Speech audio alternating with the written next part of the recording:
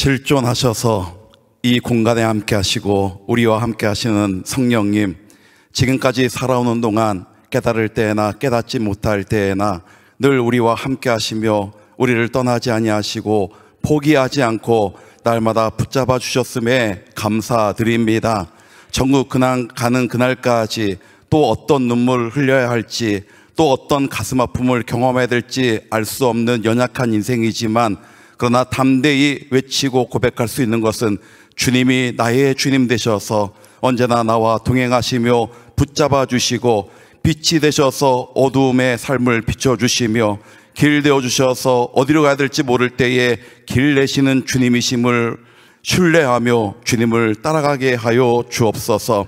오늘 이 밤에도 예비하신 은혜 있으신 줄로 믿고 믿음에 순종하여 나온 귀한 성도들을 주목하여 주옵시고, 사모하는 심령마다 응답되는 시간, 주님 만나는 시간, 또 신앙과 인격이 성장하고 사역의 지경이 넓어질 뿐만 아니라 성숙되어지는 은혜로 허락하여 주옵소서. 오늘 이 밤에도 변함없이 주님 앞에 마음과 물질 모든 것을 드려서 주님을 향한 감사의 마음, 헌신의 마음, 기도의 제목을 올려드리오니 주께서 기쁘게 받으시고, 결핍한 인생 가운데 고통을 받지만 주님이 충만으로 다가오시고 풍성으로 다가오셔서 날마다 채워주심을 인하여 하나님 나라를 우리에게 경험케 하여 주셨사오니, 이 시간도 말씀 속에 그 하나님 나라를 경험할 수 있는 귀한 시간 되게 도와 주옵소서. 이 성회를 섬기는 우리 담임 목사님이야 모든 분들에게도 함께 하시고 매주마다 섬길 때에 큰 은혜로 채워 주옵소서. 예수님의 이름으로 축복하며 기도하옵나이다. 아멘. 이 시간 옆에 분들과 좀 손을 들고 화나게가 아니라 환하게 웃으시면서 이렇게 따라서 인사해 보겠습니다. 옆에 분 눈을 보시고 손을 들고 인사하는 겁니다. 메리 크리스마스. 저희 교회에서는 아주 자주 하는 인사입니다. 메리 크리스마스. 자, 오늘 왜 뜬금없이 이 더운 날 메리 크리스마스냐, 제가 설명을 해보겠습니다. 메리 크리스마스는요, 예수님의 탄생을 환영하고 기뻐하는 날, 그게 메리 크리스마스잖아요. 근데 성령님께서, 제가 어제도 그제도 늘 씁니다마는 실존하셔서 오늘 이 밤에도 우리를 찾아와 주고 계시지 않습니까? 그러니까 사실은 매일 매 순간이 메리 크리스마스가 맞습니다. 그러니까 여러분, 한여름에도 여러분 다니시면서 메리 크리스마스 하이파이브 하면 이 모르는 분들은 저 사람들 뭐 더위 먹었나? 이렇게 할 때 우리 마음속에는 날마다 매 순간마다 우리의 삶을 찾아오시는 예수님을 환영하고 감사하면서 하는 인사이기 때문에 메리 크리스마스가 고백되는 겁니다. 이런 의미로 옆에 분과 다시 한번 메리 크리스마스. 예. 우리 담임 목사님께서는 35살에 담임 목회를 시작하셨다고 그러는데, 저도 다른 친구들보다는 비교적 빨리 39살에 청빙을 받아서 담임 목회를 시작을 했습니다. 담임 목회 39에 시작을 하면서 10월에 부임했는데 2달 지나서 12월에 장로님 아들이 결혼한다고 첫 번째 결혼 주례를 부탁을 했습니다. 39에. 또 저희 장로님의 권사님이 암으로 돌아가시면서 장로님께서 재혼을 하시면서 또 담임 목사니까 저에게 주례를 부탁하셨는데, 그 장로님은 저희 아버님과 동갑이세요. 그런데 그 장로님도 제가 주례를 하면서 지금 대충 세보니까 제가 교육전사까지 포함해서 올해 31년째 목회를 하고 있고, 그리고 담임 목회 19년째 하고 있는데 한 40번은 주례를 한 것 같습니다. 40번 정도. 그런데 그 가운데 제 마음속에 잊혀지지 않는 주례가 하나 있어서 그걸 소개하면서 오늘 설교를 시작해 보려고 합니다. 어느 날 서울에서 예배를 드리는데 술 취한 분이 들어오세요. 제가 우리 집사님의 남편인 건 알고 있는데, 설교는 앞에서 목사만 해야 되는데 저는 앞에서 설교하고 그분은 뒤에서 설교하고, 그러면서 뭐 교회가 밥을 주냐, 그분이 잘 몰랐어요. 교회 예배 끝나면 밥 줬거든요. 그런데 뭐 여러 가지 설교 시간에 제가 설교했는데 뒤에서 또 설교하면서 시비를 그렇게 걸으세요. 그러니까 이제 감각 있는 집사님들이 얼른 뒤로 가가지고 그분을 끌고 나가려고 하던 찰나에 제가 가만히 놔두십시오.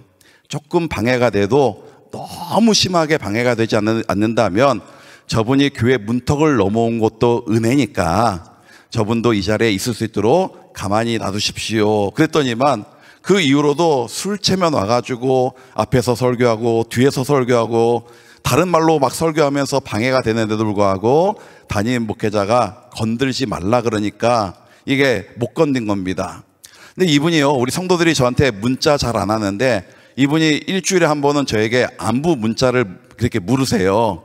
또 이른 아침에 안부 문자, 장문의 문자를 보내는데 어떤 안부냐면 일단 18로부터 시작합니다. 예, 그러면서 온갖 제가 들어보지 못했던 욕은 거기다 다 써놓고, 그리고 그 문자 내용을 보면 제가 자기 아내의 숨겨진 남자가 되어 있어요. 그 문자 보면 우리 마누라와 바람 났냐부터 시작해서 저보다 한 10살 넘게 차이 나시는 분들인데, 근데 이제 그 아내 되시는 집사님이 참 고달픈 삶을 30년 동안 사셨는데 이 남편이 30년 동안 단 한 번도 월급을 가져다 준 적이 없었고 매일 막노동하는데 매일마다 술이 만취해 들어오면은 그렇게 폭행을 하고 어떤 날은 칼 들고 죽이겠다고 위협을 하고 이러면서 남편에 대한 두려움이 굉장히 많았던 분입니다. 근데 이제 제가 부임하기 전에 우리 교회 성도 어떤 분을 통해서 복음을 알게 되고 또 영접하게 되면서 교회에 나오다가 제가 부임하면서 특별히 이제 말씀과 만나게 되면서 이분에게 담대함이 생기면서 매일 새벽마다 나와서 기도하고 또 남편을 맞서서기 시작하는데 그 전까지는 남편이 너무나 두려운 존재였습니다. 그러다 보니까 남편이 저녁에 술 마시고 들어오면 또 폭행할 것 같으니까 이분이 그 어려운 상황을 벗어나기 위한 방법이 뭘까를 생각해 보니 밤에 감자탕 집에 가서 밤새도록 서빙하고 음식 나르는 일을 하면 남편이 들어오는 시간 전에 나갔다가 남편이 아침에 출근하면 이제 뭐 그때 일어나서 밥 차려주고 피하면 이제 그 공간을 계속 안 마주치게 그렇게 한 겁니다. 근데 밤에 24시간 하는 뭐 감자탕 집도 술 취해서 들어온 사람도 있고 또 감자탕 먹으면서 술 마시면서 취한 사람도 있고 거기서 이제 뭐 성추행 뭐 성적인 발언 이런 거 모욕적인 얘기를 들으면서도 남편에게 맞는 것보다는 나으니까 그냥 그 삶을 계속 살아온 거지요. 그러니 아들 둘이 어릴 때부터 엄마가 아빠 피해서 도망가면 아이들 먼저 재웠는데 아빠가 난리 피면 또 깨면서 아이들은 두려운데 엄마를 무책임하다고 하기가 어려운 게 엄마도 너무나 두렵고 너무나 많이 맞으니까 아이들 재워놓고 이렇게 피하면 아이들도 아빠한테 맞으면서 이렇게 자랐던 그런 상처가 많은 아이였어요. 어느 날 집사님은 한 10시쯤에 출근을 하는데 성경 공부한다고 7시쯤에 이제 성경 공부를 시작을 하는데 이분이 또 성경 공부하는 장소로 찾아 들어온 겁니다. 그날도 역시 술 취해가지고 문을 열고 딱 들어와요. 근데 도무지 이제 성경 공부를 할 수 없는 상황이 된 겁니다. 그러다 보니까 그날 제가 성도들에게 양해를 구하고 오늘은 성경 공부를 할 수 없는 상황인 것 같으니까 가시라고 그러면서 권 선생님 일로 좀 들어오라고 그날 좀 제가 얘기를 하려고 들어오라고 했는데 신자는 다 나가고 그분은 들어오는데 갑자기 제 마음속에 갑자기 저도 들은 생각입니다. 그냥 안아줘야 되겠다라는 생각을 가지고 그냥 꽉 안아줬어요. 근데 아이들 이제 놀이 가운데 얼음땡이라는 게 있잖아요. 얼음 그러면 갑자기 멈춰서고 땡 해야 풀리는데 제가 안아주는 순간에 그냥 돌처럼 딱 얼음이 된 겁니다. 제가 느낄 정도로 꼼짝을 못하고 그냥 얼음 그런 겁니다. 그 순간에 제가 느끼는 감정이 굉장히 많이 있었습니다. 아, 이분이 커오면서 이 자기 아버지에게 이렇게 맞고 자랐겠구나. 엄청나게 상처가 많고 아픔이 많다 보니까 그걸 처리할 방법을 배우지 못하다 보니까 그걸 아내에게 그리고 자식들에게 그대로 답습하는데 그러다 보니까 이분은 가해자가 아니라 어떤 면에서는 피해자다라는 생각이 들면서 꼼짝을 못하는 거예요. 근데 그 하나의 사건 때문에 이분이 급속도로 변해가기 시작하는데 교회를 가끔씩 나오는데 이제는 설교를 안 해요. 앞에서만 설교하고 뒤에서 설교하는 걸 더 이상 안 합니다. 10일을 설교 시간에 안 걸어요. 그리고 제가 나갈 때에 권 선생님 다음 주에도 꼭 오세요. 그러면 아무 대답도 안 하고 쌩하고 나가는데 집에 가서는 자기 아내 집사님에게 목사님이 다음 주에 나 오라 그랬어. 이제 그렇게 하기 시작하고, 그 다음에 또 어느 날 나가는데 권 선생님 오늘은 식당 가가지고 교회에서 식사하고 가세요. 밥도 한 번도 안 먹고 가는데 집에 가서 또 자랑하는 겁니다. 오늘 목사님이 나에게 밥 먹고 가라 그랬어. 그리고 그분의 집이 교회에서 멀지 않아서 맨날 술 채고 다니는 걸 제가 비틀거리면서 다니는 걸 봤거든요. 그런데 그 다음부터는 이제 순한 양이 돼가지고 저만 보면 그냥 어쩔 줄 모르고 마치 어린 시절에 무서운 선생님 만난 양, 제가 한 번도 무섭게 하지 않았는데 아무 소리 못하고 겸손한 양이 되어서 그렇게 순하게 있는 거예요. 어느 날 그 아들이, 그렇게 상처 많이 받은 아들이 교회를 안 다니는 친구였어요. 한 번도 못 본 친구인데 갑자기 저를 만난다고 찾아왔습니다. 그러면서 저에게 목사님, 처음 뵙는 목사님이지만 목사님에게 주례를 부탁하고 싶습니다. 거기에다 플러스 교회식으로 해주세요. 이렇게 이제 부탁을 한 거예요. 교회도 안 다니는 친구고 예수를 안 믿는 친구인데 그렇게 부탁을 합니다. 그래서 아니 오늘 처음 봤고, 그리고 나를 어떻게 안다고, 뭐 엄마의 담임 목사긴 하지만 어떻게 부탁을 하냐라고 물어보니까 그 청년의 얘기입니다. 우리 아빠를 이렇게 변화시킨 목사님이라면 제가 목사님께 주례를 받고 싶은 겁니다. 이렇게 얘기를 하는 겁니다.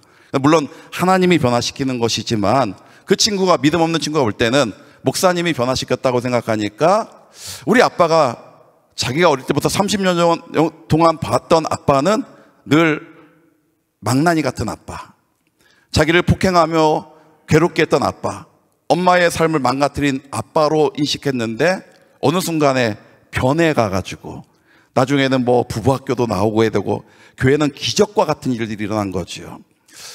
만약 그때 예배 시간에 들어왔을 때에 그분이 술 취해서 들어왔다고 빨리 내쫓으라고 얘기했다면 아마 그 가정에 그런 변화가 있지 않았을 겁니다. 또 그분의 변화를 통해서 기존의 신자들이 변화라는 것이 무엇인지를 깨닫게 되는 은혜가 있게 되었거든요. 그러니까 사실 교회는 죄인들이 오는 곳이잖아요. 예수님이 죄인들을 받아주시는 곳이 바로 교회잖아요. 그런데 거룩하지 못하다고, 술 마셨다고, 술 챘다고 그들을 배척한다면 과연 올 수 있는 사람이 누가 있습니까? 제가 오늘 새벽에도 저희 교회에서 자주 쓰는 용어, 오늘도 뻔뻔하게 앉아 계신데 하나님이 우리의 행한 걸 비디오로 그대로 틀어서 주신다면 여기 다 도망가야 될 겁니다. 어떻게 창피하게 여기 앉을 수 있겠습니까? 그러니까 우리는 조금 예수 믿었다고 굉장히 거룩한 척 이렇게 앉아 있지만 사실 오늘도 예수 피의 공로가 없다면 이곳에 앉아 있을 수 있는 자격 있는 사람 아무도 없거든요. 그런데 그런 자격 없는 우리들이 무슨 자격으로 술 취한 사람이라고 정죄하고 당신은 교회 들어오면 안 된다 이렇게 얘기할 수 있겠습니까? 교회는 누구든지 받아줘야 되겠지요. 우리 김영은 목사님과 오래전부터 알고 있었습니다. 뭐 친한 건 아니고요. 요번에 부흥성회를 위해서 연락했는데 생각해보니까 한 17년 만인가 처음 전화를 한 겁니다. 그러니까 별로 안 친해요. 근데 이제 김영은 목사님을 알게 된 거는 김영은 목사님 동기 두 분이 저희 교회 부교역자여서 그래서 이제 그 계기로 그 동기들을 알게 되고 그래서 좀 아끼는 목사님 중에 한 분입니다.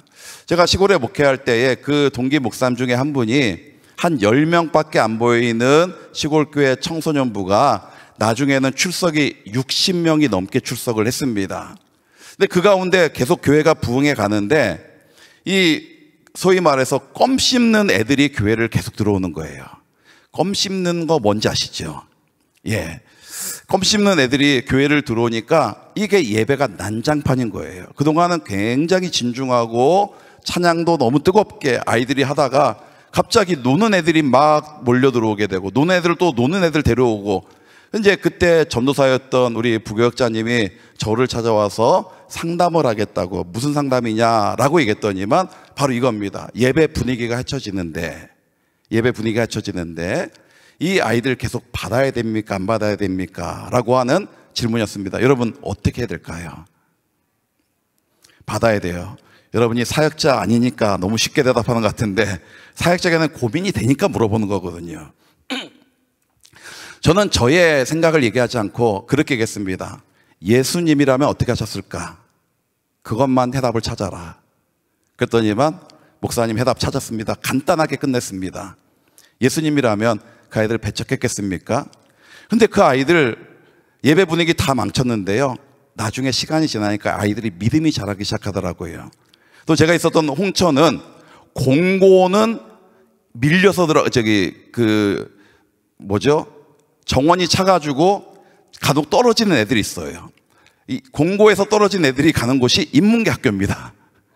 예, 그러니까 이게 뭐냐 하면 거의 어릴 때부터 방치된 아이들이 거의 다 있는 곳이 홍천이라는 동네예요. 그러니까 그런 아이들이 굉장히 많고 교회가 그런 아이들을 받기 시작하면서 이 아이들이 복음을 알게 되고 꿈을 갖기 시작하고, 지금도 여전히 제가 그곳을 떠난 지가 거의 20년이 돼 가는데 아이들이 저를 찾아옵니다. 인사를 합니다.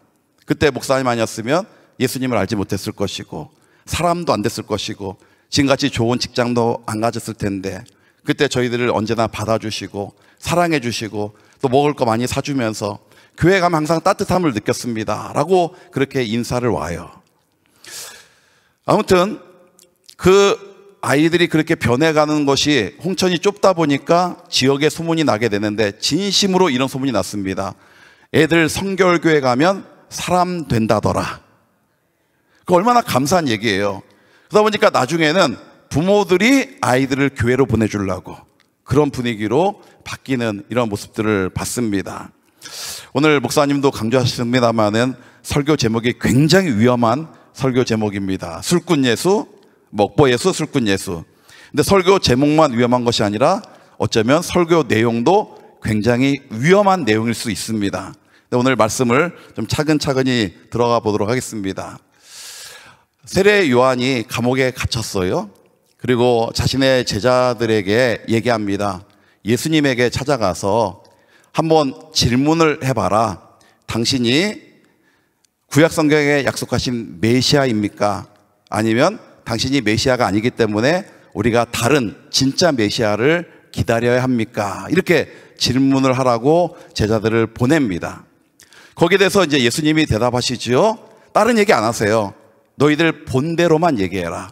앉은 뱅이가 일어나고 귀머거리가 듣게 되고 눈먼 자가 보게 되고, 그리고 가난한 자에게 복음이 전파되어지고 죽은 자가 살아난다는 것 너희가 본대로 얘기해 줘라. 그러면서 덧붙이며 하신 말씀이 오늘 본문 마태복음 11장 18절 19절의 말씀인데, 덧붙이는 말씀이 요한은 금식하면서 경건하게 지냈더니 귀신 들린 사람이라고 얘기하고 있고, 그리고 나 예수는 먹고 마셨더니 술꾼이라고 얘기하고 있고, 먹보라고 먹기를 탐하는 자라고 얘기하고 있고, 술에 찌든 사람이라고 얘기하고 있고, 세리와 죄인들의 친구라고 얘기하고 있다. 그런데 지혜는 그 행한 일을 입증함으로써 지혜가 나타나는 것이다. 이 얘기는 뭐냐면 그 행한 능력, 행한 일이 그 사람의 능력과 존재를 나타내는 것이다. 그러니까 예수님이 어떤 말씀하시는 거예요? 예수님은 죽은 자를 살려내고 또 눈먼 자 보게 하고 귀머거리 듣게 하는 이 사건을 통하여 당신이 메시아임을 이미 드러냈다라는 것을 얘기하고 있는 거죠. 내가 메시아 맞다 틀리다 이 얘기를 한 것이 아니라 내가 한 일이 메시아다 이렇게 얘기하는 겁니다. 오늘 술꾼 먹보라는 얘기는 사람들의 평가입니다.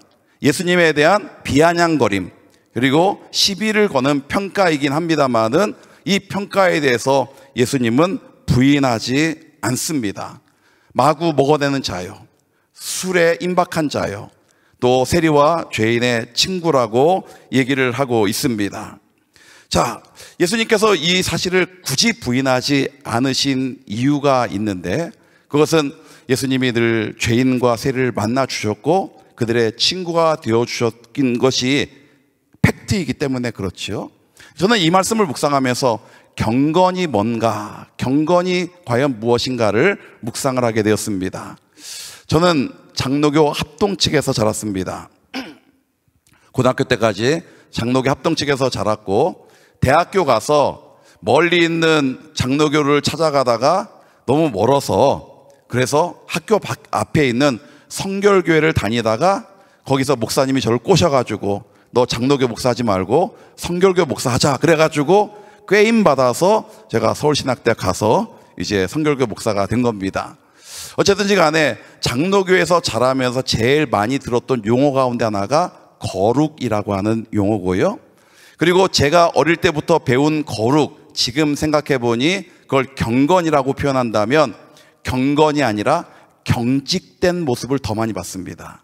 그러니까 경직을 거룩이라고 착각한 거죠.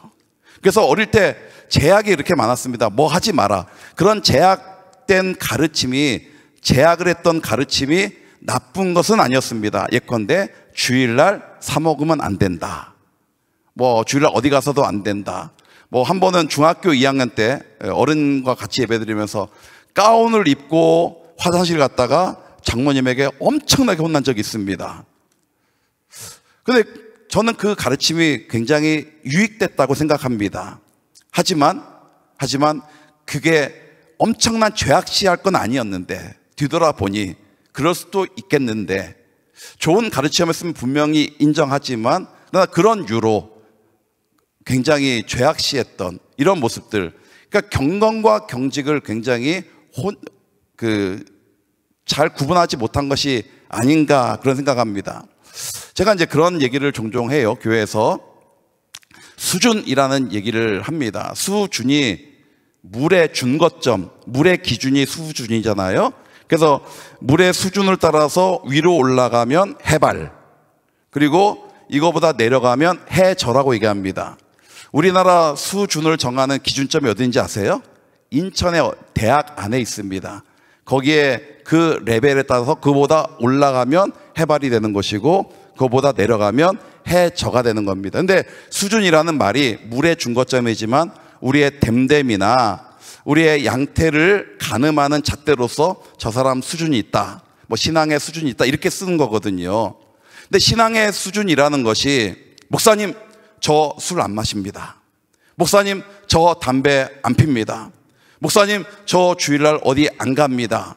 뭘 안 하는 게 신앙의 수준이라고 한다면 이게 제 표현입니다. 신앙의 저점에서 맨날 노는 거예요. 신앙의 고점, 수준을 높여가지고 내가 하나님 나라를 어떻게 살아낼 것인가, 이런 데는 이제 아멘 하셔야 돼요. 그리고 내가 어떻게 하면 주님을 기쁘시게 하는 삶을 살 수 있을까. 내게 오늘도 은혜 주셨는데 그 은혜 주셨던 것은 나를 통하여 다른 영혼을 구원하라고 허락하신 하루라고 믿는다고 한다면 어떻게 하면 내가 복음을 전하여 다른 영혼을 주님 앞에 인도해낼 것인가. 벌써 차이가 엄청나게 나는 겁니다. 어떤 사람은 안 함으로써 신앙을 만족하는 사람이 있는가 하면 어떤 사람은 하나님을 위하여 뭘 함으로써 신앙을 나타내려고 하는 사람들이 있거든요. 그러니까 여러분 다 수준 있는 교회요, 수준 있는 신자임에 분명하지만 앞으로도 뭘 안 해서 우리의 신앙을 입증하려고 하지 말고 하나님 기뻐하시는 일을 함으로써 신앙을 입증해낼 수 있는 은혜가 있기를 진심으로 축복합니다.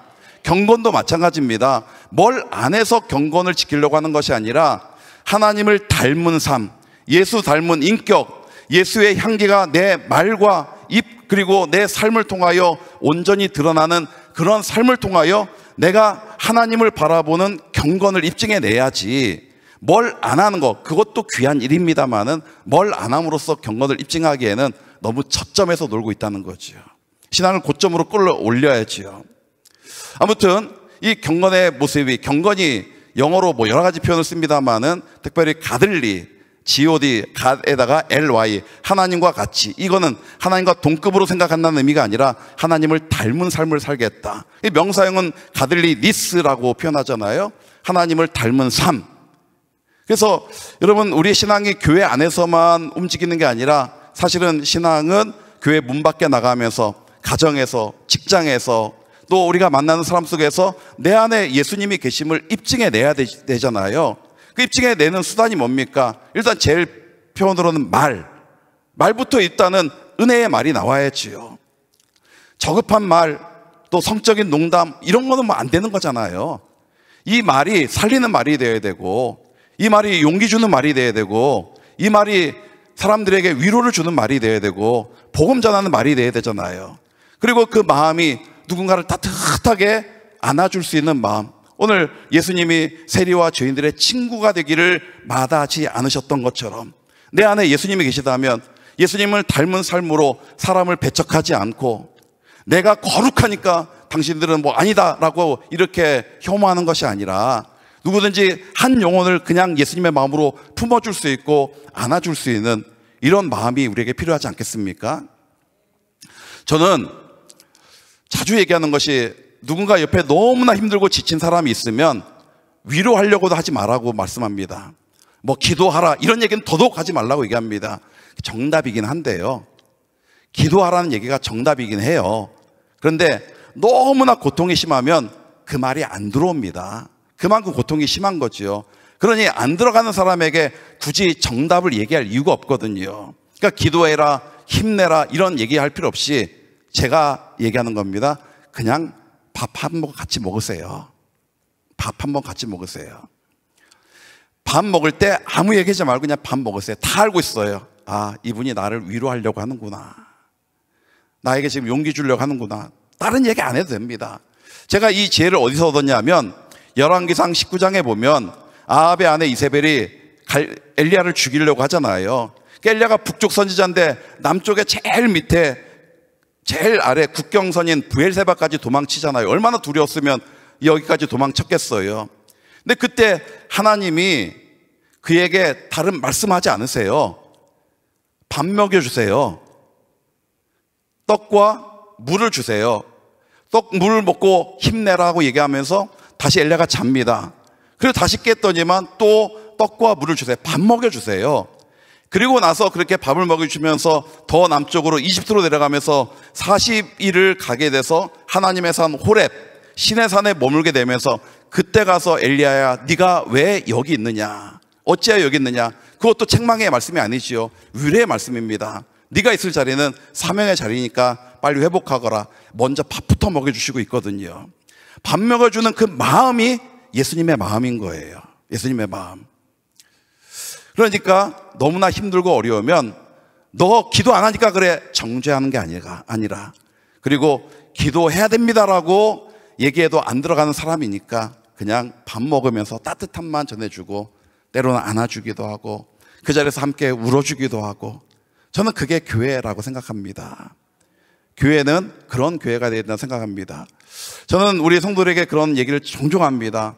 화려한 교회, 막 엄청나게 세련된 교회, 저는 그런 교회 추구하고 싶지 않습니다. 그냥 언제나 투박한 청국장처럼 된장찌개처럼 그냥 별거 아닌 것 같은데 늘 우리의 건강을 지켜낼 수 있게 만드는 제가 추구하는 교회는 따뜻한 교회입니다. 어느 누가 지친 사람이 와도 우리 교회 와서 예수님의 사랑을 느끼고 그리고 그 예수님의 사랑에 위로받고 감동하면서 복음을 알게 되고 믿음을 고백하게 만드는 교회, 제가 주님 앞에 올려드리고 싶은 교회의 모습은 따뜻한 교회입니다. 저희 교회요, 엄청나게 적극적인 교회 절대 아닙니다. 그런데 엄청나게 소극적인 교회, 그것도 아닙니다. 그러니까 엄청나게 뜨거운 교회, 그것도 아닙니다. 그렇다고 해서 냉랭한 교회, 그것도 아닙니다. 그러니까 제가 찾은 결론은 우리 교회는 따뜻한 교회다. 예, 저희 교회는 그렇다는 겁니다.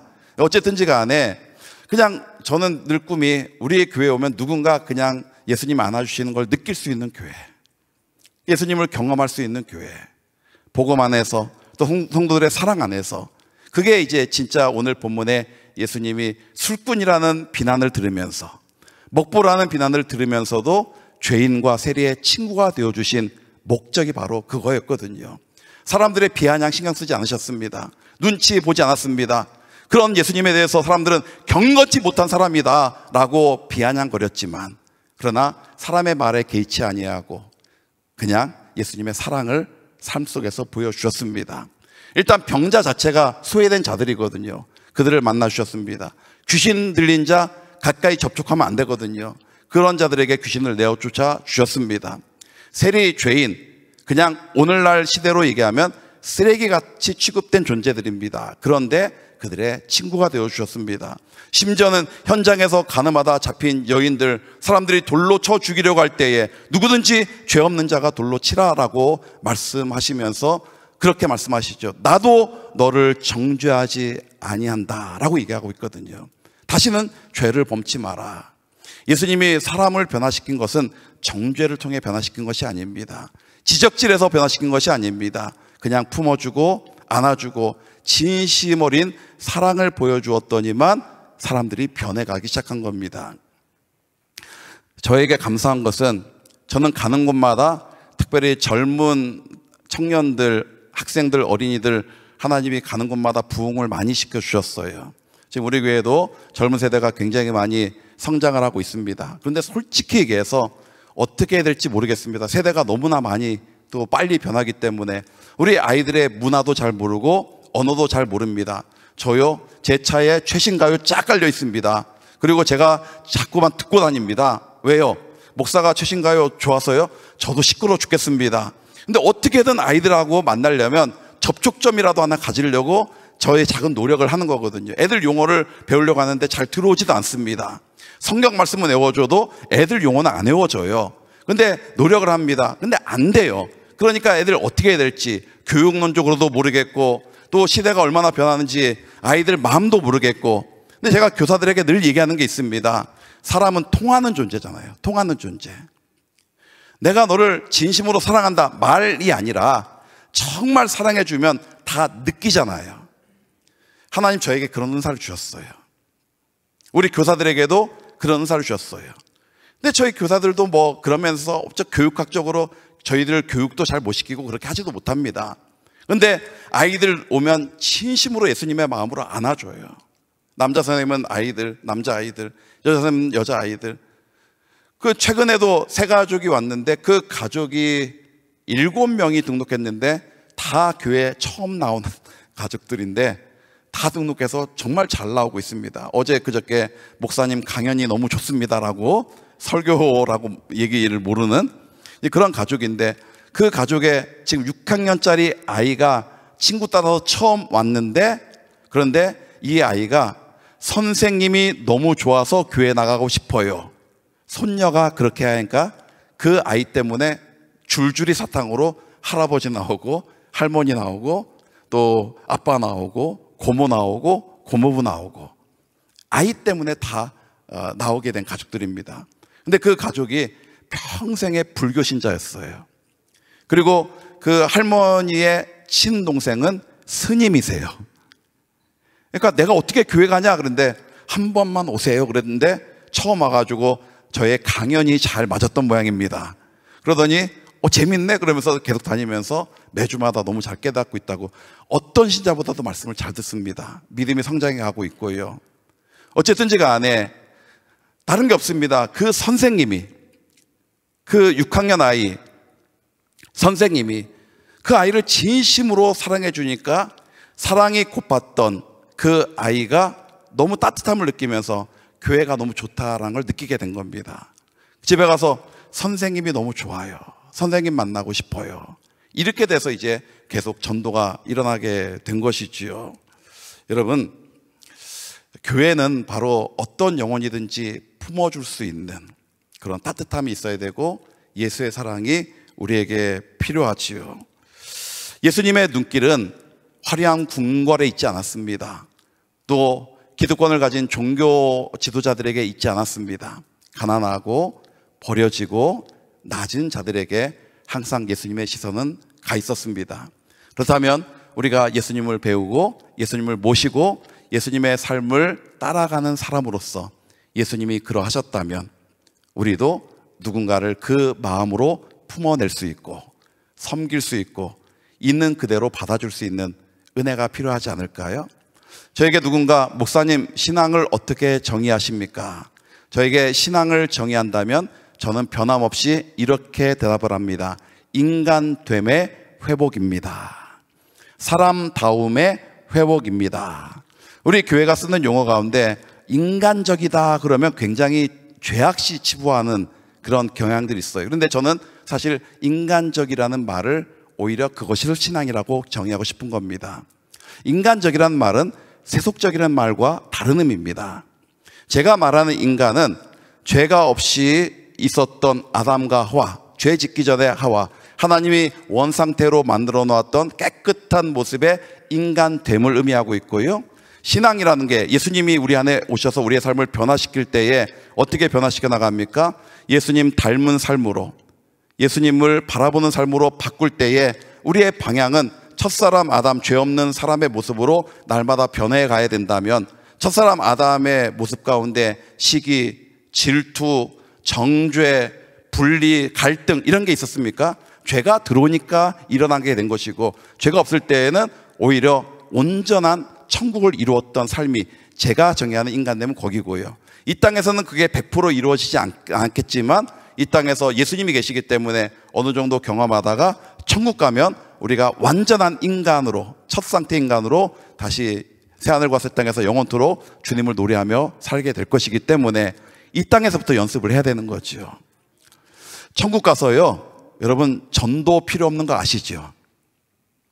천국 가서 기도가 필요 없는 거 아시죠? 근데 천국 가서 우리 목사님이나 저에게 위로가 될 말인데 여러분에게 어떤 의미로 다가온지 모르겠습니다. 천국 가서는 저희 같은 목사들이 설교 준비 안 해도 됩니다. 예, 설교 준비하는 것도 얼마나 애써야 되는지 모릅니다. 그런데 천국 가서는 설교 준비 안 해도 돼요. 영원히 해야 되는 것, 하나님을 찬양하는 것.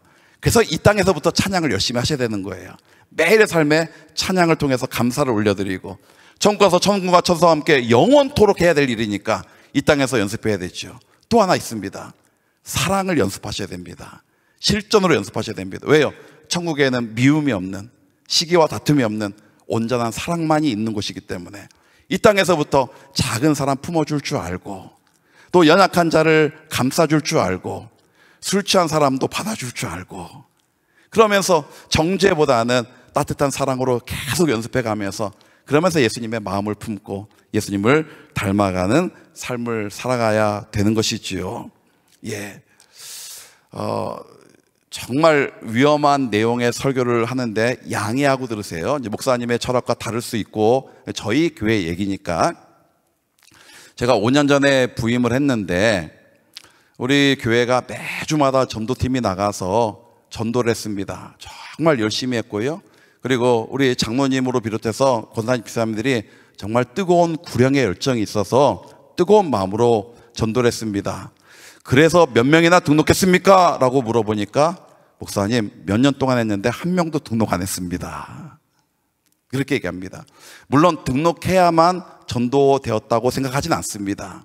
그런데 어쨌든 등록한 사람이 하나도 안 생길 정도로 직접적인 열매는 없었던 것입니다. 그래서 당회를 하면서 제가 장로님들에게 그런 얘기를 드렸습니다. 위험하다고 전제하고 제 얘기라고 전제하면서 말씀드립니다. 이제부터는 나가는 전도는 지양하고, 나가는 전도 안 하겠다는 겁니다. 으쌰으쌰 하면서 나가자, 싸우지 뭐 이런 거 안 하고, 뭐 띠뛰고 전도지 안 하고, 그리고 가만히 앉아서 들어오게 하는 전도 하겠습니다 라고 담대하게 얘기를 했습니다. 장로님들 눈이 띵 하고 전도를 안 하겠다고 하니까 제가 전도를 안 하겠다는 게 전도를 안 하겠다는 의미가 아니라는 걸 장로님들 아시지만, 도대체 목사님 어떻게 하실까를 이제 궁금해했던 거지요. 저에게는 어떤 확신이 있습니다. 제가 5년 동안 강단에서 다른 거 아무것도 안 하고 복음만을 전했습니다. 그리고 오늘 새벽처럼 복음의 기쁨과 즐거움, 감격이 얼마나 위대한 것인가, 그 영광됨을 계속해서 끊임없이 전했습니다. 근데 성도들 자신의 삶이 변해가는 게 눈에 보여요. 우리 장로님들이 본인들이 그렇게 간증을 하세요. 성도들도 간증을 하세요. 눈에 보이게 변화되어 가는 게 보여져요. 그러니까요, 전도 얘기를 한 번도 안 했는데 본인들이 이제 전도하기 시작하는 거예요. 요즘에 목사님 전도 TC라도 만들어 주세요. 전도지라도 만들어 주세요. 뭐라도 조금이라도 접촉점을 갖게. 이게 뜨거워서 견디지를 못하는 거예요. 그러면서 지금 계속해서 목사님 첫날 소개하셨으니까 제가 부임한 이후에 예배 인원이 2배가 늘었거든요. 2배가 늘고 젊은 세대가 많이 일어나는데 비신자가 30% 이상 들어왔다고 얘기했습니다. 예수 아예 안 믿는, 2-3달 전에 예수를 아예 모르고 교회를 싫어하던 뭐 불교 신자, 적대적인 사람들이 교회에 들어와서 예수님을 알게 되고 알아가고 꾸준하게 교회에 나오고 있습니다. 그런 게 어떻게 가능해졌냐? 이게 안에 복음이 불타오르니까. 그 복음이 뭐냐라고 할 때 저는 예수 사랑이라고 얘기하거든요. 나를 품어주신 예수님의 사랑이 얼마나 위대한지를 계속 말씀하니까 성도들이 나 같은 죄인을 구원하신, 사랑해 주신 예수님의 사랑에 감격하니까 영혼들이 보이기 시작하는 거예요. 영혼들이. 그러면서 본인들이 헌금을 하고 본인들이 전도하고 본인들이 헌신하면서 어제도 말씀한 것처럼 자발적으로 거의 일어나고 있습니다. 자발적으로 구역, 성경 읽기 모임 뭐 이렇게 하면서 계속해서 이런 것을 도전해 나가고 있습니다. 그러니까 어떤 전도하는 행위 자체가 잘못됐다 이런 의미가 절대 아니라는 거 오해하지 마시고요. 정말 그거 얼마나 귀한지 모르지만 그러나 더 중요한 게 내 안에 복음의 확신, 또 영혼 진심으로 사랑하는 마음, 이것만 있으면 언젠가는 통한다. 언젠가는 통한다. 저의 믿음이고 저희 교회는 그게 입증되고 있는 교회입니다. 그러면서 저는 이제 교회론에 대한 고민을 많이 하는데 오늘 먹보 예수, 술꾼 예수인데 저는 이것도 저희 교회만의 특징이니까 저희 밖에 외부 식당 나가면 장로님들과 나가고 신자들과 나가도 대표 기도하지 않습니다. 저희 교회는 그렇습니다. 제가 하지 말자고 얘기했습니다. 이제 왜 하지 말자고 했냐면 만약에 그런 사람 한 번도 못 봤는데 식당에 옆에 테이블 앉아가지고 절에서 나와가지고 목탁 두드리면서 감사하다고 두드리고 먹으면 우리가 기분이 좋겠어요? 안 좋겠어요? 그러니까 단독 룸으로 있는 공간 외에 옆에 불특정 다수의 사람이 있으면 그것마저도 피해가 될 수 있으니, 그래서 교회에서 다른 사람은 신경 안 쓰고 식당에서 큰 소리로 기도하는 것도 어떤 면에서는 조금 배려가 부족한 것일 수 있겠다라는 생각 가지고 그냥 주님 앞에 진심으로 감사하면서 그냥 각자 기도하고 먹읍시다. 저는 이제 그렇게 얘기를 합니다. 그러다 보니까 장로님들도 가면 그냥 다 알아서 각자 기도하시고 저희는 제 기도를 안 받으려고 그래요. 담임 목사 기도가 능력이 없어서 그럴지도 모르겠습니다. 또 하나, 역시 저의 목회 철학이니까 뭐 목사님과 다르면 여러분이 오해하지 마시고 이게 맞다 이런 게 아니라 이렇게 생각한다는 거니까요. 저는 직장 신우에도 종종 얘기합니다. 직장도 하나님이 보내신 사명의 자리입니다. 저는 그렇게 믿어요. 그냥 직장 일을 성실하게 잘 해내는 것도 하나님의 사람으로서 감당해야 될 사명입니다. 그러면 직장에서 돈 받으면서 직장 생활을 한다면 돈값을 해주는 게 하나님의 영광을 드러내는 것이고 믿는 자의 빛을 드러내는 것이다. 저는 그렇게 믿는 거죠. 그러니까 그거에 잘 안 되는 사람이 불성실하고 게으르고 실적도 못 내면서 직장 가서 뭐 목요일 날 신우회 예배 드린다고 열심히 뭐 프린트 복사해서 가가지고 점심시간에 1시간 내가지고 찬양하고 뜨겁게 기도하고 돌아온다고 할 때에 사람들이 저 예수쟁이 저 그러면서 손가락질 하지 않겠어요? 그러니까 차라리 직장에서 불성실을 할 것 같으면 신우회 예배도 가지 마라. 신우회 예배 가기 전에 직장에서부터 그 사명의 자리에서 성실해라. 그리고 그것 되면서 하나님을 더 예배하기 위해서 사람들을 모아서 예배한다면 그거야 정말 영광된 일이고 칭찬받을 일이지만 직장에 존재감도 없이 맨날 손가락질 받으면서 예배만 열심히 한다. 저는 이거는 좀 문제가 있지 않을까 그런 생각을 하기 때문에 이런 얘기를 성도들에게 도전을 주지요. 어쨌든 우리 사랑의 동산교회는 어쩐지 모르겠습니다. 제가 자세히 안 봐서 교회들마다 입구에 보면 그 교회의 뭐 평생 표어처럼 뭐 세계 선교에 앞장서는 교회 뭐 이런 것부터 시작해서 뭐 성령이 충만한 교회 이런 표어들을 쓰잖아요. 저희 교회는 붙이진 않았는데 제가 만약에 붙일 기회가 있다면 붙이고 싶었던 문구가 있습니다. 우리 성도들 다 알고 있는 얘기예요. 세 단어를 꼭 붙이고 싶었는데 존중, 배려, 예의. 그러니까 뭐 세계 선교 앞장서는 교회 이런 표가 돼야 되는데 제가 붙이진 않았습니다. 그러나 붙인다면 저는 이 세 가지 존중, 배려, 예의. 저는 이게 신앙이라고 보거든요. 자, 예수님이 우리를 존중해 주셨기 때문에 귀하게 여기셨기 때문에 우리를 위해 십자가 져주셨고 여전히 우리와 동행하시는 겁니다. 우리를 존귀하게 여기지 않았다면 왜 예수님 십자가 져주셨겠어요?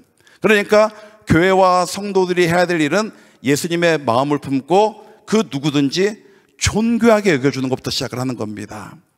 그분이 실수할 수 있는 분도 있을 수 있습니다. 또 연약한 분도 있을 수 있고요. 죄송합니다. 승질이 들어올 수도 있습니다. 그런데 우리의 인식은 하나님이 사랑하시는 영혼, 그래서 예수님의 사랑으로 내가 그 사람을 존귀하게 여겨줘야 되겠다. 이게 존중이거든요. 제가 부임하면서 2주 동안 특별 새벽 기도를 했습니다. 취임식 끝나자마자 바로 특별 새벽 기도를 하면서 데살로니가 전서와 데살로니가 후서의 말씀을 이제 열흘 동안 그 특별 새벽 기도 12일 동안 특별 새벽 기도를 했는데, 그때 제 마음에 들어왔던 말씀이 데살로니가 5장 12절의 말씀입니다. 너희 가운데 수고하고 주 안에서 너희를 다스리며 권하는 자를 너희가 알고, 이렇게 얘기하고 있습니다. 너희를 위하여 수고하고 주님 안에서 너희를 다스리며 권면하는 자, 지금으로 얘기하면 거의 목사님 혹은 장로님, 가장 중요한 건 이제 목회자를 의미하는 용어거든요. 여기 데살로니가 전서 5장 12절. 근데 마지막 단어가 너희가 알고라고 있겠습니다. 이 알고라는 얘기는 그분들의 수고를 알아주라는 얘기입니다. 그래서 세번역 성경에서는 그분들의 수고를 알아보십시오라고 얘기하고 있고요. 현대인의 성경에서는 그분들의 수고를 잊지 마십시오라고 얘기하고 있고요. 공동 번역 성서에서는 더 한 걸음 더 나가서 그분들을 존경하십시오, 이렇게 얘기하고 있습니다. 그러니까 여러분의 영혼을 위해서 담임 목사님이 말씀을 준비하시고, 여러분들의 영혼을 사랑하시고, 여러분의 영혼을 위해서 날마다 눈물을 흘려 기도하는 것을 누가 알아줘야 돼요? 뭐 여러분이 안 알아주시는 것처럼 이렇게 반응을 하시면 제가 당황하는데, 주님은 알고 계시지만 오늘 성경은 너희가 그걸 알아들여라 라고 얘기하고 있습니다. 그러니까 성도는 목사님의 수고를 알아주셔야 됩니다. 이거는 이제 오늘 이렇게 목사님들의 수고를 알아주라는 얘기니까. 근데 우리 목사님들도 장로님들의 수고를 알지요. 권사님들의 눈물 어린 기도를 알지요. 집사님들의 헌신을 알지요. 근데 서로 상호간에 서로 알아주는 교회가 되는 것이 중요합니다. 서울에서 제 가까운 친구 목사님이 바로 옆에서 목회를 했습니다. 근데 그 딸이 중등교원 임용이 됐어요. 시험에 합격했어요. 그러니까 이제 선생님 합격한 겁니다. 얼마나 기뻐요. 감사해요. 딸이 합격했으니. 그래서 축하 전화하려고 전화를 했더니만 이 친구가 전화를 안 받아요, 목사님이. 그래서 하도 연락이 안 돼서 사모님에게 전화를 했습니다. 사모님, 황 목사 어디 갔어요?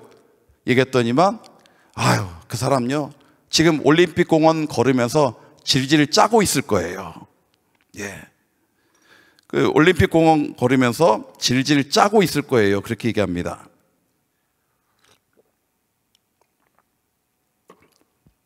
아니, 딸이 이제 그 선생님 합격했다는데 짤 일은 아니잖아요. 감사할 일이고 기뻐할 일이지. 그래서 왜 짜요? 그랬더니만 기가 막힌 대답합니다. 목사님 아시다시피 우리 예원이 친구도 이번에 같이 시험 봤잖아요. 그 아이는 떨어졌어요. 그 아이는 떨어졌어요. 차라리 제 아이가 떨어지고 그 아이가 붙었었으면 훨씬 좋았을 텐데, 자기 딸 합격한 걸 기뻐하지 못하고 자기 교회 청년 떨어진 것 때문에 목사가 올림픽 공원 혼자 돌면서 질질 짜고 있는 거예요. 너무 가슴 아파서. 여러분, 이게 목사 마음입니다. 누가 알아줘야 돼요? 그렇죠. 여러분들이 알아주셔야 되죠. 예, 알아주셔야 됩니다. 알아주시면 밥도 사드리고, 예, 알아주시면 목사님 감사합니다 문자도 보내고. 귀찮으시려나요?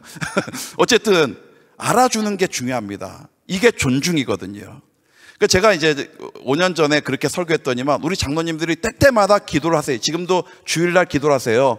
우리 교회가 서로 알아주는 교회가 되게 없어서. 저요 신나게 목회합니다. 왜요? 우리 장로님들 신자들이 저를 알아주고 있어요. 진심으로 알아주고 있어요. 그걸 표현해내고 있어요. 제가 항상 표현하는 사랑이 아름답다라고 얘기하거든요. 저 또한 성도들, 장로님들의 헌신, 권사님들, 집사님들, 교사들의 헌신을 알아주고 있거든요. 제가 칭찬해주고 밥도 사주고 이러거든요. 그러니까 알아주니까 교회가 행복한 교회가 되고 따뜻한 교회가 되고, 그래서 오고 싶은 교회가 되는 거죠. 이게 존중입니다. 그 다음에 배려. 오늘 술꾼 예수, 먹보 예수, 예수님의 마음을 배우자는 구체적인 실행 방법을 얘기하는데, 배려. 저는 배려를 얘기할 때마다 꼭 이 예화가 생각납니다. 추운 겨울날 신병이 그 부대에 들어왔어요. 그런데 머리 이제 찬물에다가 뭘 이렇게 막 그릇을 씻고 있는 거예요. 그러니까 중대장 대위가 지나가다가 얘가 이제 불쌍해 보이니까 야, 저기 식당 가가지고 뜨거운 물 받아다가 해. 이렇게 얘기하니까 네, 알겠습니다. 그리고 식당 가가지고 이제 자기 다 선배들이죠. 신병이니까.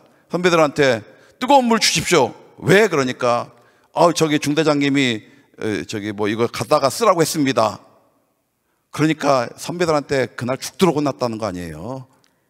중대장이 아무리 얘기했어도 눈치 없는 놈이 거기 가서 그걸 받아다가 뜨거운 물 하겠다 그러니까 엄청 혼난 겁니다.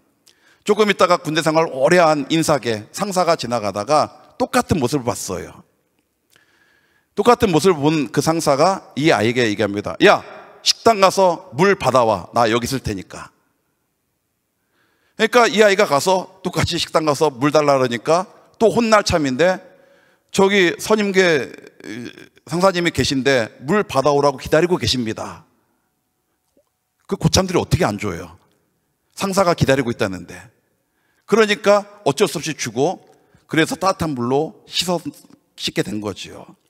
여러분 이제 질문합니다. 앞선 중대장 이 병사를 아끼는 마음이 있었어요? 없었어요? 있었어요. 그러니까 따뜻한 물로 하라고 얘기를 한 거죠. 결과는요, 죽도록 혼났습니다.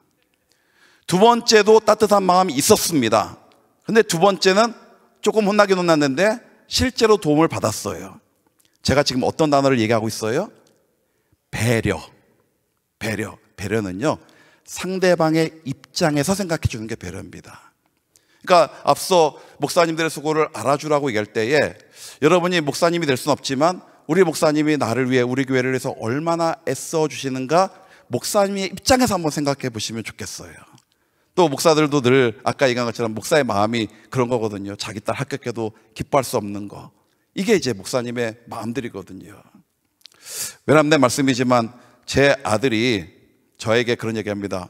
아빠, 제가 나중에 장로가 되걸랑 이런 장로가 되고 싶습니다 라고 하면서 그 아이가 꿈꾸는 장로에 대한 얘기를 해서 제가 칭찬을 많이 했습니다.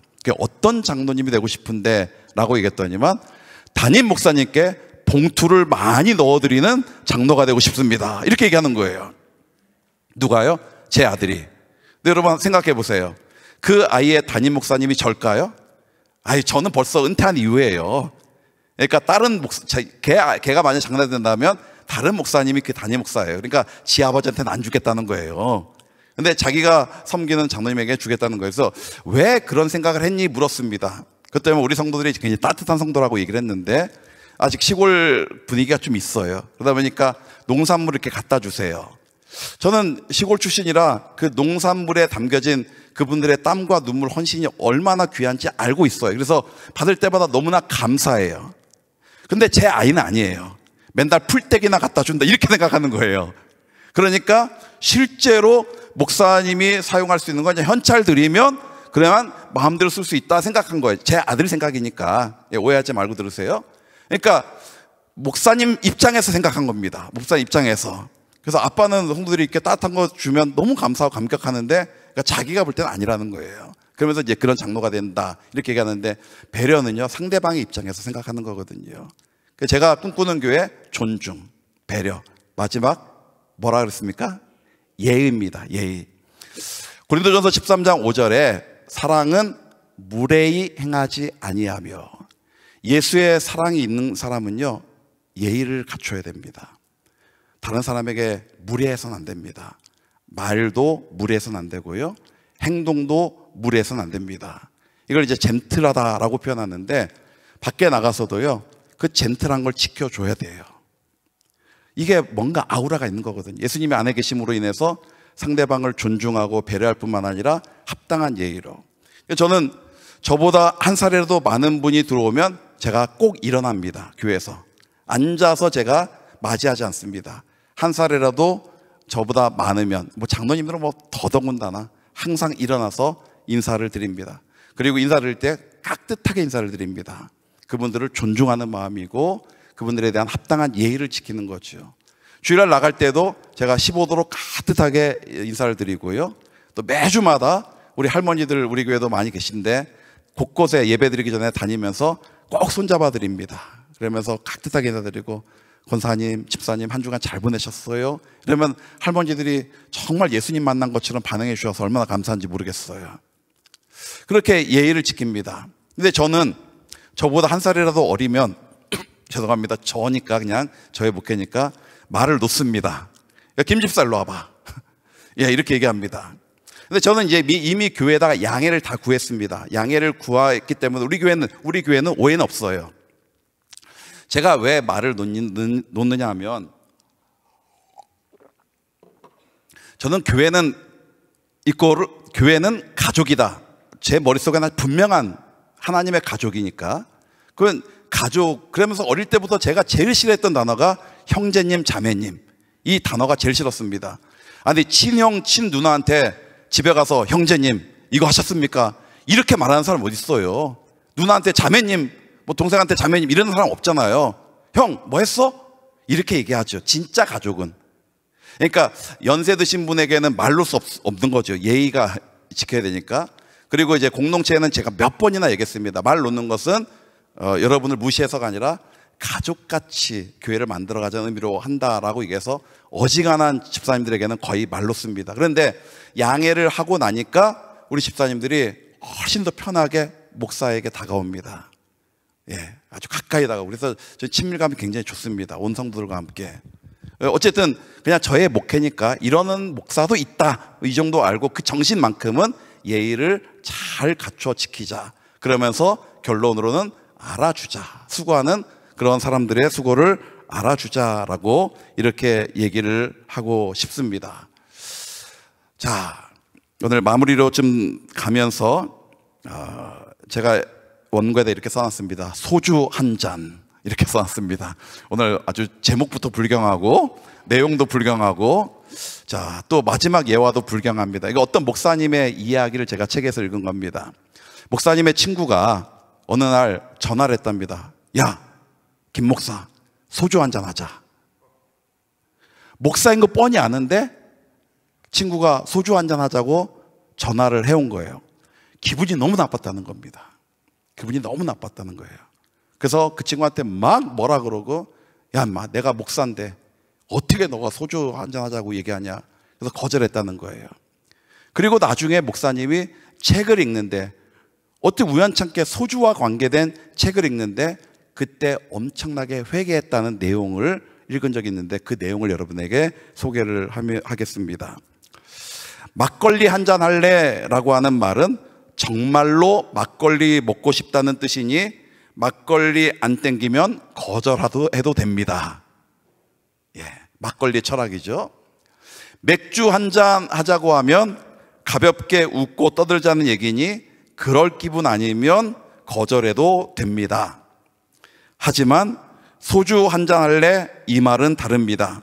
진짜로 소주가 먹고 싶거나 가벼운 기분일 수도 있지만 그렇지 않을 때가 더 많이 있습니다. 소주 한 잔 핑계로 너의 위로가 필요하다. 너가 지금 나 만나줬으면 좋겠다.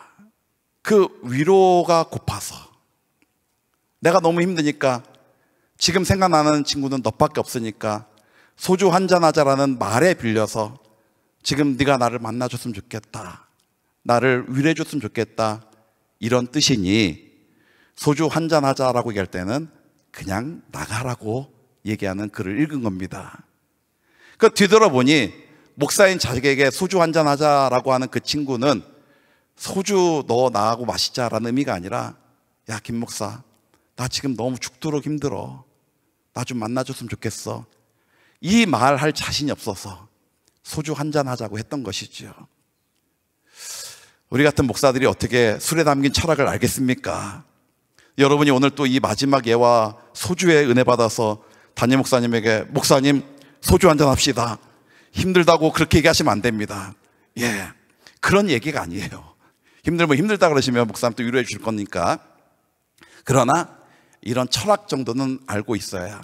그러니까 그 사람이 한 말, 그 사람의 행동 무조건 정죄하려고 하지 말고, 너 그렇게 살지 마라고 잔소리하려고 하지 말고, 저 사람은 왜 저럴 수밖에 없었을까, 제일 앞에 알코올 중독자 얘기를 했습니다마는 그 사람이 자라오면서 얼마나 상처가 컸길래 그냥 사랑해야 될 아내를 사랑하지 못하고 아이를 사랑하지 못하고 늘 폭행하고 폭언을 퍼부었을까?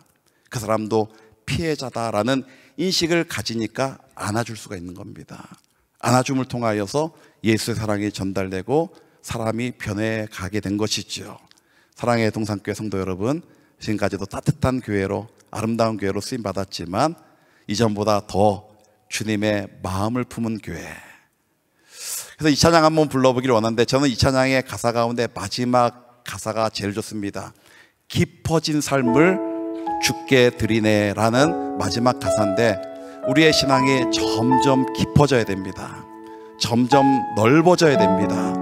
여러분, 강물은 쓰레기를 처리할 능력이 없지만 바닷물은 쓰레기를 몇 년이 지나도, 수십 년이 지나도 쓰레기를 처리해서 정화할 능력이 있습니다. 왜요? 그만큼 넓기 때문이지요. 우리 안에 예수님의 사랑이 온전하게 경험되고 말씀의 은혜가 온전히 체험되어지면 점점 예수님 닮은 삶으로 깊어지게 되고 넓어지게 되면서 이제는 어떤 사람이라도 정죄 그리고 지적보다는 그냥 그 사람에 대한 존중, 너무 귀하게 여겨주고 배려, 그 사람의 입장에서 생각해주고 그 사람에게 합당한 예의로 다가가면서 오늘 예수님이 세리와 죄인의 친구 되었던 것처럼 여러분이 진정한 친구가 된다면 여러분을 통하여 그분들이 예수님의 사랑을 느끼고 그 사람이 변화되고 그 사람의 가족이 구원받는 놀라운 은혜가 있게 될 줄로 믿습니다. 이 찬양 한번 불러드립니다.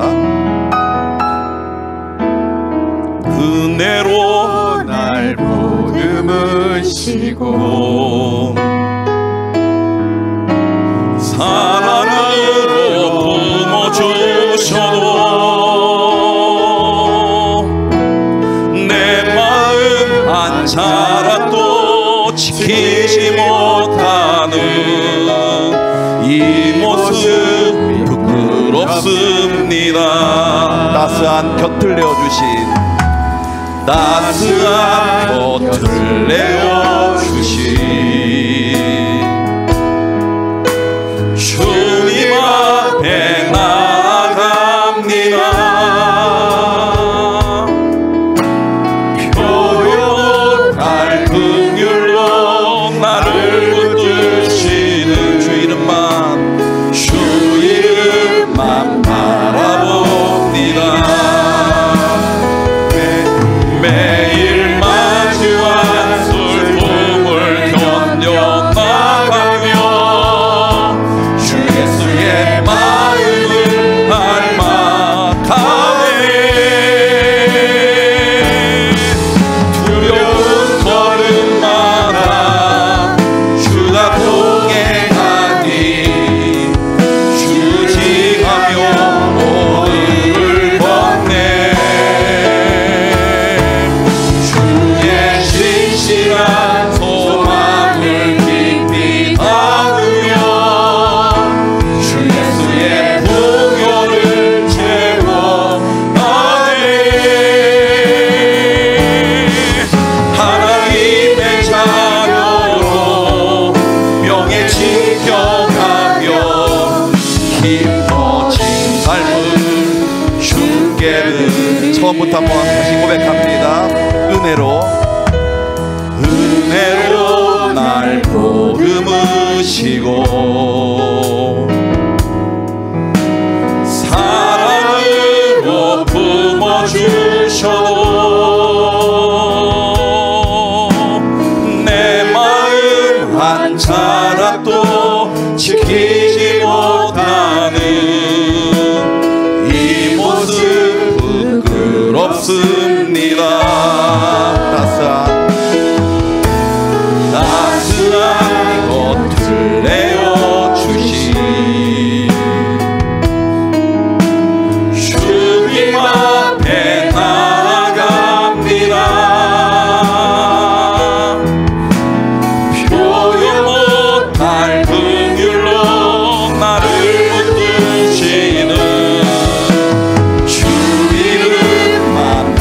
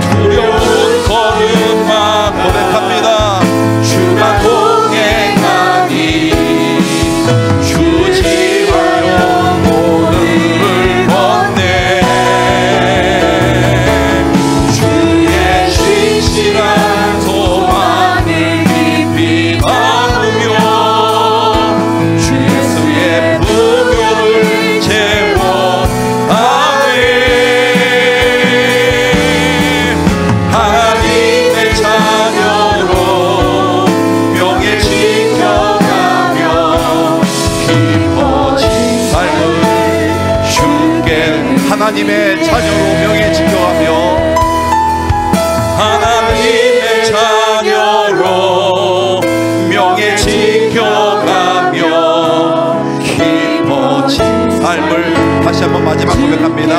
하나님의 자녀의 명예를 지킵니다. 하나님의 자녀로 명예 지켜가며 깊어진 삶을 주께 드리네. 이 시간 말씀 생각하면서 한번 통성으로 기도합니다. 매일 급격하게 닮은 변화가 있으면 좋겠지만 굳이 그렇게 하지 않아도 매일 하루에 하나만 예수님 닮아가도 괜찮습니다. 우리의 인생 살아가는 동안 매일 어제보다 오늘 더 나아지고 오늘보다 내일 더 성숙해지고 성장해지면서 그러면서 예수님의 마음을 품고 그 예수님의 마음으로 영혼들을 감싸고 사랑하고 함께 울어주는 따뜻한 심령, 따뜻한 교회 되게 도와주옵소서. 목사님의 수고를 알아주고 또 우리 목회자들은 우리 평신들의 수고를 알아주면서 서로 알아주는 교회가 되게 하시고 하나님의 자녀라는 명예를 지켜나가며 더욱더 날마다 깊어져가며 날마다 예수님 닮은 삶을 살아가면서 서로 존중해주고 상대방 입장에서 배려해주며 서로의 예의를 지켜나가며 하나님 원하시는 사람됨을 온전히 이루어가는 교회 되게 달라고 주님 한번 부르고 통성으로 기도합니다. 주여 사랑해 주님 감사합니다. 예수님이 우리를 얼마나 사랑해 주셨는지 나 같은 죄인이라 정죄하지 않으시고 예수님이 십자가 져주시기까지 나를 존귀하게 여겨주셨습니다.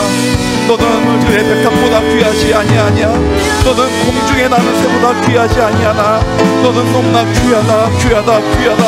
오늘 이렇게 말씀하시면서 우리를 위하여 십자가 대속에 피를 흘리신 예수님의 은혜 감사드립니다. 예수님의 마음으로 다른 사람을 부르게 도와주옵소서. 예수님의 마음으로 합당한 예의를 지켜나가게 도와주옵소서. 우리에게는 하나님의 자녀라는 명예가 있습니다. 내 안에는 예수님이 함께 하십니다. 이제 예수님이 함께 하시는 인생으로서 하나님을 온전히 사랑하며 날마다 어제보다 오늘 깊어지고 오늘보다 내일 넓어지면서 예수 넓은 삶으로 예수님의 마음을 실천해내고 구현해내고 지켜내는 삶으로 어떤 일을 사용하여 주옵소서. 사랑의 동산 교회 지금까지 그렇게 사용해 주셨습니다. 하나님의 너무